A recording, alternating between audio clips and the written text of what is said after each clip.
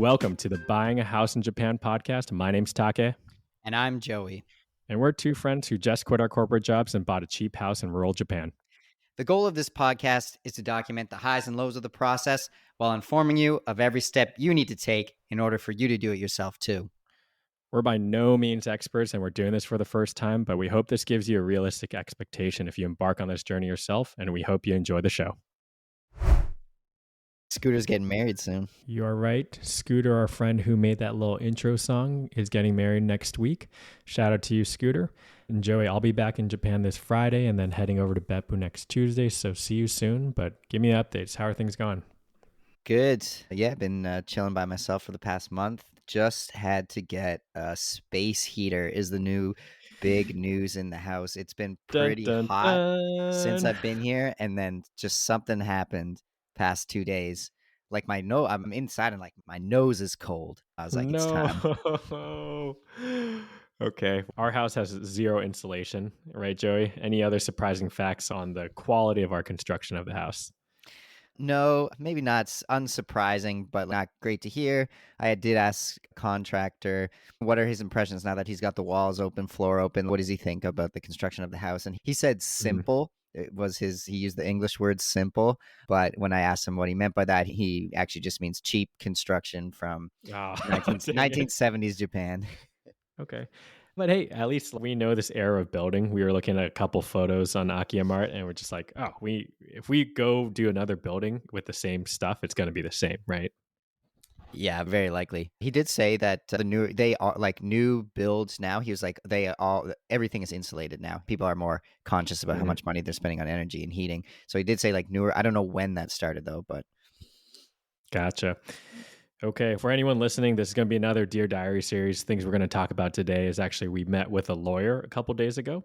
Actually, yesterday. Was that yesterday, Joey? Yeah, it was yesterday. Yes, early in the morning for me. Yeah, we talked to KKOS. They have helped us set up a partnership LLC. So we had an hour of just packed questions. So we got a lot of good information about it. The first and biggest one, Joey, I want to talk to you about is self-directed IRAs and using your 401k to invest, and how can we grow with that? For anyone listening, you can self-direct your IRA and help kind of invest how you want with your 401k in properties. There are very stringent rules, so please do not take this as investment advice and do your own research. We could be making a huge mistake here. If we are, someone also please tell us. But you can more or less use your 401k to purchase a property in Japan. The stipulations, again, you can't do work on it yourself. So we aren't physically able to tear down walls. We have to have very clear barriers so we're not touching it. You can't withdraw that money. But what I'm currently seeing in my Fidelity is probably like a 7 to 8, maybe even 9% gain year over year. So if you think you can outperform it, it might be a good idea. A lot from me, Joey. What are your thoughts? You are definitely more investment savvy than I am. Could you break it down very simply for me? What's it mean, a self-directed 401k? Like from my perspective as a W-2 employee in my life up to about a year ago, I just clicked a few boxes and I guess money was taken out of my paycheck. And now you're talking about using that, and you look at that money from time to time, and I don't know how much I have, sub 100k though. But so you're talking about, break it down simply for me and logistically, like we're taking that money out and what, it's going into a bank account somehow, and then you're talking about... Yeah, high level, I can try to explain it, but for anyone actually listening, please do your research and make sure, correct me, I'm not sure if this is 100% right, but to my understanding, employers will typically set up a 401k for you in which they'll do like a company match or some amount match per year. Over time, you build that 401k. It's traditionally going to be auto set to be invested in things like foreign stocks, domestic stocks, bonds, things like that. The idea with a self-directed IRA is you roll over your 401k into a self-directed IRA. In a self-directed IRA, you can invest that money how you want. It still has the same and actually very strict regulations on when you can take the money out and how you can interact with that investment. But the basic idea of what we're trying to do here is we are going to roll over our 401k into a self-directed IRA.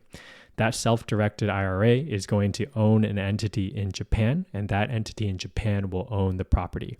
Again, there's very strict rules on what you can do and can't do, but high level, yeah, we're more or less we can use our 401k money after a couple steps and a couple restrictions to invest in property in Japan. A lot there. Right. Okay. And the other interesting thing about okay, so yeah, so you're taking your money out of wherever it's currently being stored in the Hmm. American 401k system, and you're moving it to a company that you started yourself in Yep. Japan, but you can't touch it. Like, what do we know about like it does seem like you want to make it known that this money and investment is as hands off as it possibly can be from your perspective. Like that Yep. seems to Yep. be the name of So the game, or else you can get tax penalties or something. Right? yeah, we got to really double check on that. But the general premise is if you think you can outperform what your 401k is currently, how your contributions are set, it is not a bad idea or not a crazy idea to try to self-direct your IRA. So if we think we can get say 20% returns on flips and long-term rentals, let's say in Tokyo or whatever Fukuoka, I think the argument can be made that we should do that if there's not too much work on our end. Because honestly, right now we're leaving it in our 401k. We are making money without really doing anything.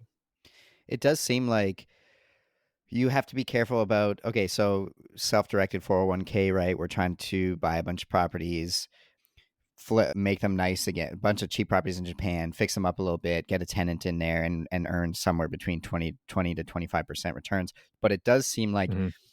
there to do that, you have to one fix up these properties, you have to manage these properties, but you don't want to be seen as doing that yourself, is what it seems like. You need to shield yourself behind maybe like a property manager, Hmm. contractors, or a business that does all that kind of stuff. Like you can't be seen directly involved, right? Yeah, the short of it is like this property needs to be a strictly investment property. So you and your family can't use it, is the clear rules. And you, I think, also cannot be doing the work. So we will need to hire someone and be very, I think, just very mindful of making sure we have receipts and we are playing by the rules. Cause I think Mark said the minimum penalties of, he mentioned some penalties that seemed like Yeah. pretty, ooh, I don't want to 10K mess with that. minimum penalty is he mentioned at one. I don't Don't know if it was what it was in relation to, but I remember that was it sounded steep. Yeah, so there's a lot of complexity to this, Joey. I'm not going to lie.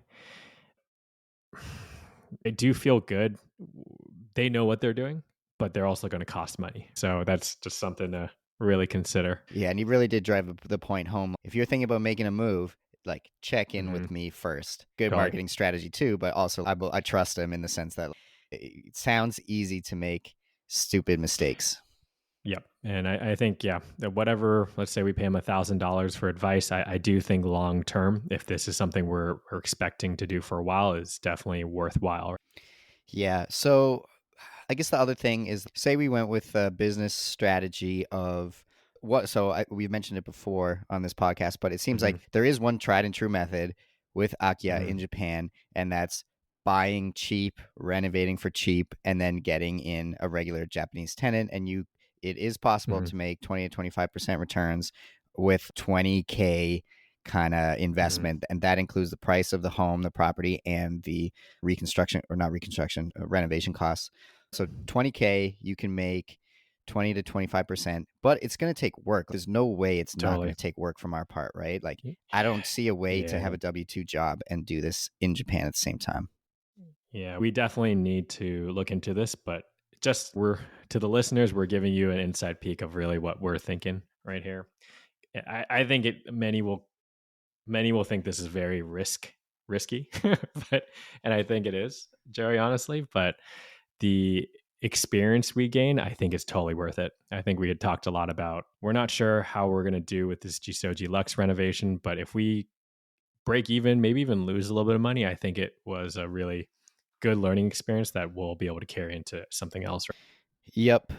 I think another consideration for using 401k money, 401k, we want it to be something that at like bare minimum maintains Hmm. its value because you're going to need this money when you retire. Properties in Japan depreciate in value, at least from an accounting standpoint. But Hmm. also, I feel like rural areas, like think about in 20 years, like Mhm. with aging population, is geez, so like our current property, is that really going to depreciate in value if we bought a bunch of cheaper properties and like cheaper areas? Are those going to depreciate in value? So When is the maybe, bottom, I right? mean, maybe like to pull this strategy long term, you would Mhm. want to pick an area that is going to depreciate less, like a city, is what I'm thinking. Y Fukuoka, Tokyo, Yep. etc. Yep.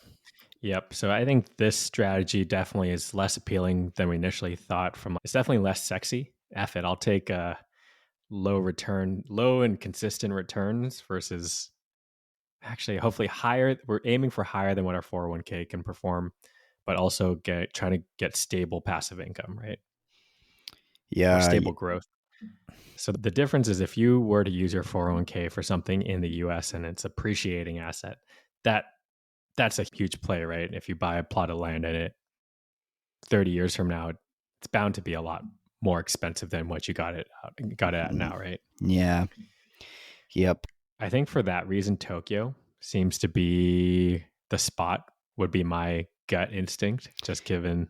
Tokyo, Kyoto, like maybe that Niseko, like maybe those are the only ones.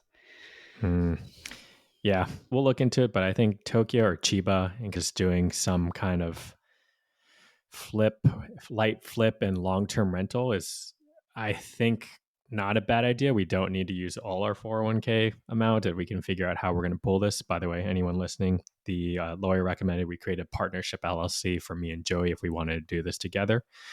And again, we would have an LLC or company entity out in Japan. We'll keep you up to date on if we actually do this. There's a lot of logistics there, but ultimately their podcast always goes invest in what I know we don't even know this, but I feel better about taking control of my own finances and money versus letting it just sit in like a money market fund. Invest in what? Do you like I dropped that and he was like, "Ooh, yeah, that's our motto," or something like that. I happen to know a lot about crypto right now, but I'm not. Actually, now is a good time to potentially put money in crypto, but ETH, bro. it's gambling. Even if I understand it a little bit, like it's gambling. I say again, I bring it back to, and again, people listening to this may be like, you're a fucking idiot. But the learning experience and exposure we get to having access to this money, in my mind, is worth it, right? Like I think this, so too. mhm. And starting a business, like it seems tried and true almost. This like cheap IKEA, renovate for cheap kind of thing. Like to get experience understanding that side of the business, I think is valuable. Yeah. The question mark is like, how much is the work? And obviously, people will say numbers and figures that sound better than they truly are. I think we definitely have to take what we're hearing with a grain of salt, right? Yeah, that's the other thing. 20% returns on a 20K property. Like it's not a lot of money each year. Yeah. At the end of the day, though, I know this is also risky thought, but we can't pull that money out till we're in our 60s. And I feel like it's much better used now. And I don't. Is the world going to be around 30 years from now, Joey? I don't know. And so much could happen with demographics in Japan too. If they decide to take an influx of foreign workers or whatever, population could come back and then housing Hmm. prices could go up. Who knows? Hard to say, huh? But I do feel confident saying that Tokyo will still be a pop in place for the rest of our lives. I agree with that. I think Tokyo is the safest bet for property value. Yep. So with that, Joey, I'm putting it on record here. I think we should consider using our 401ks to get a Tokyo property that we renovate and try to rent out for long I'm term. down for that. Like even an like a condo, they call it a Yep. mansion here. If I use the word mansion, but yeah, I think we should even like not just look at like homes and like old Akia in Tokyo, but also like Akia condos, that kind of thing. Okay. Yeah. I've been looking at Akiyamart. By the way, anyone listening, we have axed Jillo.com. It is now Akiyamart.com. I changed the Unless name we come back. up with another name. Yep. So we're back due to legal reasons, which you can ask us on the side. We've decided to make this move. So we're calling it Akiyamart for your search and discovery tool for all Japanese cheap real estate. Let's go. Um, Some changes coming soon. Hopefully, I'm working on something that'll make it load faster and yeah, some new exciting add-ons to slice and dice the data a little bit better too. Joey, by the way, if I can add on a want to chat button, maybe I can set up a Calendly link or something where people can chat. Did a first consult today of a big listener of the pod. Shout out to Sato and Lucy.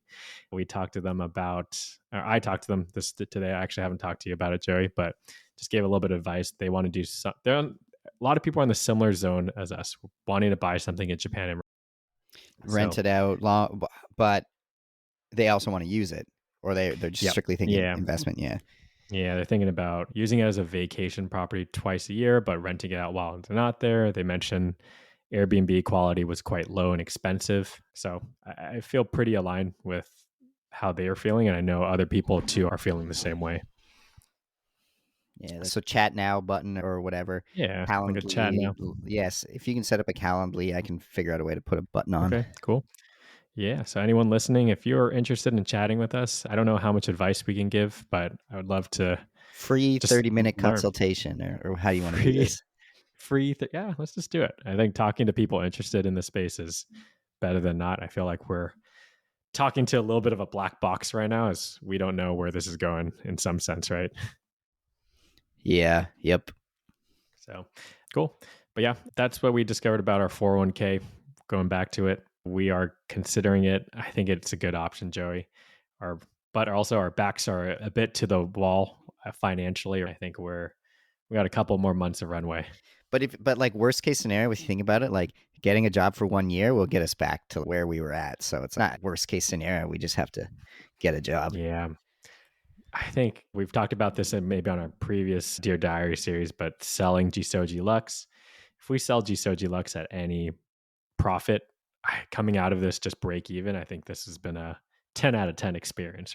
Yeah, and we'll know so much more. I feel like it, I mean, break even, it'd be like, oh man, okay, all right, break even. But even if we were like, all right, let's just sell it, and we break even, probably we're going to be close to 100K maybe in hmm when everything's said and done. Like to put that hmm 100K into another property, like Oh yeah. the following property, yeah, we can do a lot better, I think, in the sense far from neighbors, or a little hmm bit more privacy is one thing that we wish we had. And hmm yeah, we'll know much better. Like squatty potty toilets. Just buy a Yeah. house that has already the regular toilets. I think as of right now, like I was thinking about it, if we were to completely do it again, it's really the step one, identify. I know we need to record that podcast, but like we got to go there in person. You got to go there in person to find the deal. I agree. There's so much that you understand just by physically being there, and there's so much that you miss out just doing the virtual viewing. Yeah. So that's I really, after this month, best advice is go to the neighborhood, live there for a little bit. I know not everyone has that luxury, but now that we know our neighborhood, I think we could knock it out of the park with a good deal. Yeah, if you can swing it, like when you're home in America, Canada, and you're like looking at properties, you want to just move on them. Is like the you hmm FOMO, you hmm FOMOing in. But hmm hmm if you can But that swing being it, said, yeah, yeah, go see it in person. I totally don't regret doing it the way we did it. Sometimes you just gotta get your foot wet. Yeah, and G Soji Lux is pretty nice. Like I like chilling here. I like being in this room, even though it requires a lot of work. Like it's pretty. We did a good job Okay. setting up what we've Okay. set up. Yes, sir. And I do remember our contractor Sato-san. He did say we got a good deal, right? Does he still feel that way? Did he say that? He Yeah, you might have told me like, said that. yeah, compared to his next project or something like that. Oh yeah, they paid about yeah, actually that's true. Yeah, so his next project, these people paid about the same amount of money, 6 million yen, and it's somewhere else, like up some hills somewhere, and yeah, he Hmm. thinks we got a better. That is correct. He did say we got a better deal than they did. Yep, Okay. Okay. All right. We did okay, Joey. Our next one will be better though. I think so. I think we know what to look for much better now. We're we might be getting too far ahead of ourselves. We still have a lot of work to do. Joey, what's your estimate? When will the construction be fully done? I was thinking March now. I don't know, like Really? No way. yeah, I think March. Although maybe he's just like gonna go. Maybe it's like my presence here. I don't know. I don't know if he's like holding back or not, or I don't know. It's hard to say, but based on, Got or it. maybe he's tackling the most difficult thing first, which is the horikotatsu, where he really needs to like redo the structural aspects of the floor. So maybe that's why it's going slower, but we shall see. Okay. For anyone listening, we had predicted January. I think that's what Fumi, our fixer, had told us, that 2 months was about the right amount of time, which I was also personally surprised by, but I think when you get okay. here, you're going to agree March. Okay. Okay. Time pressure's on. My parents want to come in March, so I think we'll make it happen by then. Oh, that's cool. That they're going to come.